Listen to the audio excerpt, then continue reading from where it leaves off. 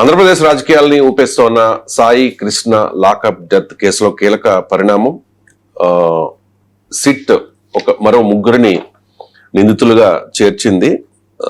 వారి పేర్లు అశోక్ అండ్ నాని, గతంలో మనం మాట్లాడుకున్నాం, హెడ్ కానిస్టేబుల్స్, అండ్ సిఐ నాగరాజుకి స్నేహితుడు సురేష్. ఈ కేసులో ఇప్పటికీ కూడా ఎన్నో డౌట్స్ ఉన్నాయి.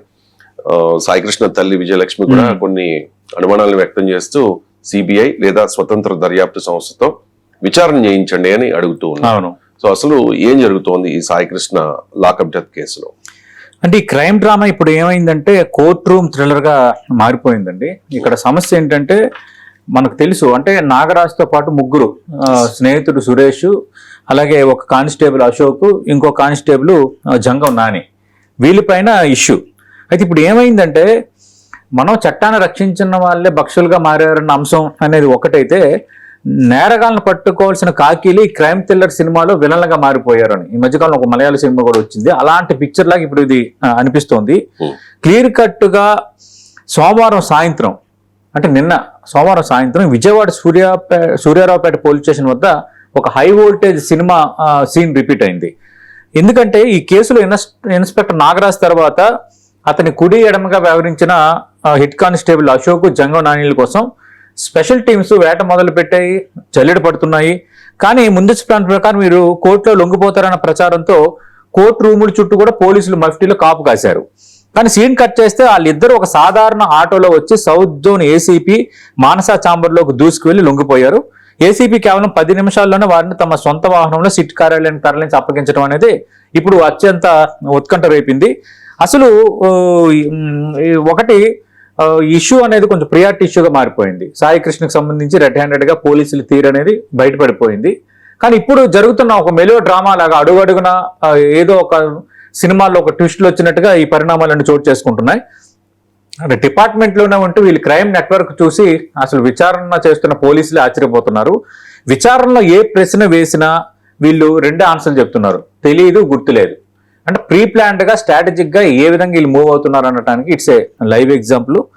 ఒక రకంగా సహనానికి పరీక్ష పెడుతున్నారు అంటున్నారు. వాళ్ళ నుంచి ఏ విధంగా వివరాలు బయట పెట్టాలో తెలియక వీళ్ళు తల పట్టుకుంటున్నారు. ప్రధానంగా మనం చూస్తే యాక్చువల్గా జైల్లో ఉన్న ఇన్స్పెక్టర్ నాగరాజును 12 రోజులు కస్టడీకి ఇవ్వాలని ఇప్పటికే సిట్ పిటిషన్ వేసింది. 14 రోజులు రిమాండ్ కోర్టు విధించింది జూలై 8 వరకు. కానీ ఆయన విచారించాలంటే జైల్లో విచారించలేరు, వాళ్ళు కస్టడీలోకి తీసుకుని విచారించాలి. కాబట్టి 12 రోజుల కస్టడీకి ఆల్రెడీ వీళ్ళు వేశారు. అయితే నాగరాజ్ తరపు లాయర్లు కూడా గౌట్ కౌంటర్ ఇచ్చారు. ప్రస్తుతం రాజమండ్రి జైల్లో ఉన్న నాగరాజు ఇంటి భోజనానికి వరకు అయితే కోర్టు అయితే గ్రీన్ సిగ్నల్ ఇచ్చింది. కానీ కృష్ణలంక పోలీస్ స్టేషన్ లో గాదె సాయి కృష్ణ ఉన్న సమయంలో ఈ సీసీ కెమెరాల ఫుటేజ్ని ఎందుకు తొలగించారో, డిలీట్ చేసిన ఫుటేజ్ని రికవరీ చేయాలని ఆల్రెడీ తల్లి విజయలక్ష్మి వేసిన పిటిషన్ పై కోర్టు తన విచారణని జూలై 3కు వాయిదా వేసింది. దానిపై కోర్టు ఏం చెప్తుంది అనేది మనం చూడాలి. అలాగే ఆమె హెబియస్ కార్పస్ కూడా వేసింది. ఆ హెబియస్ కార్పస్ పిటిషన్ కూడా జూలై 15కి వాయిదా పడింది. ఒక రకంగా వీళ్ళు ఎంత ప్లాన్డ్ గా తెలియదు, గుర్తులేదు అని చెప్తున్నారంటే, వీళ్ళు గాలిస్తున్న ఒక లీక్ ఇచ్చి మీ కోర్టులో లొంగిపోతామని ఒక లీక్ ఇచ్చి తెలివితేటలుగా సూర్యారావుపేట పోలీస్ స్టేషన్ కి, అంటే ఏసీపీ కార్యాలయానికి వచ్చి ఏసీపీ మానసా ఛాంబర్లో లొంగిపోవటం, 10 నిమిషాల్లో ఆమె తీసుకుపోయి పోలీసులకు అప్పగించడం, ఇవన్నీ చూస్తుంటే వీళ్ళు నలుగురే కాదు, మనం ముందు నుంచి చెప్తున్నాం, దీని వెనక ఒక అదృశ్య శక్తి ఉంది.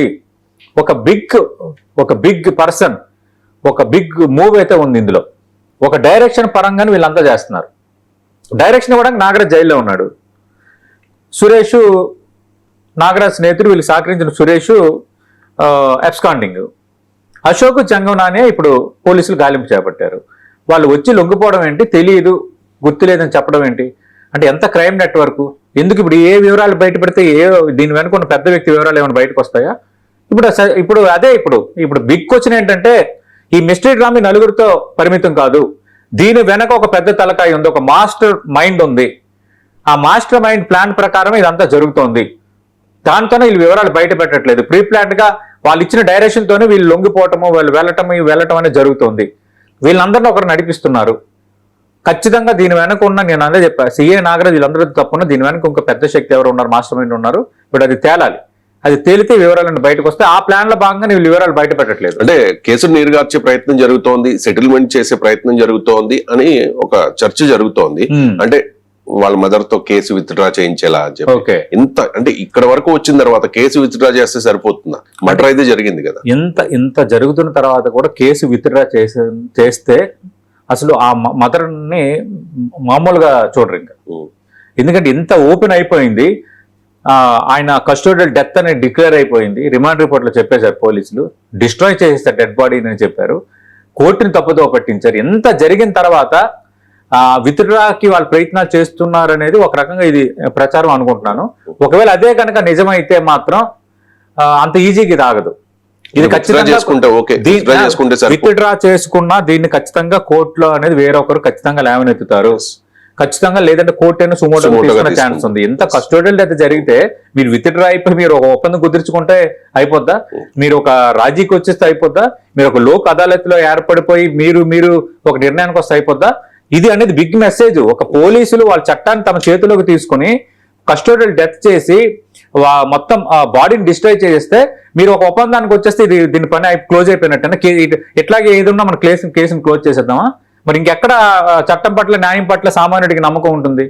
ఇది బిగ్ మెసేజ్. ఒకవేళ అదే కనుక జరిగితే చెప్తున్నా, ఒకవేళ వాళ్ళు కనుక ఒప్పందంకి వస్తే నేను చెప్తున్నా కదా, నేను ఒక అంటే 1981 పక్కన పెట్టండి, నేను ఒక ఇండివిజువల్ గా నేను అవసరమైతే నేను పిటిషన్ వేస్తా. నిజంగా అండి మనం, ఎందుకంటే అంత పెయిన్ఫుల్ ఇన్సిడెంట్ జరిగినప్పుడు అది జరగదు అనుకుంటున్నానండి. ఇదంతా ఉట్టి ప్రచారమే, వాళ్ళు ఒప్పందానికి వచ్చేది లేదు. ఎందుకంటే ఇట్స్ అంతా ఓపెన్ అయిపోయింది. అంతా ఓపెన్ అయిపోయిన తర్వాత ఇంకా జరగదు. కానీ ఎవరో ఒకరైతే నడిపిస్తున్నారు, అది ఇప్పుడు తేల్చాలి. మరి పోలీసులు తేలిస్తారా? నిందితులుగా ఉన్న వాళ్ళు పోలీసులే కాబట్టి మధ్యస్థంగా వ్యవహరిస్తారన్నది up to the AP police.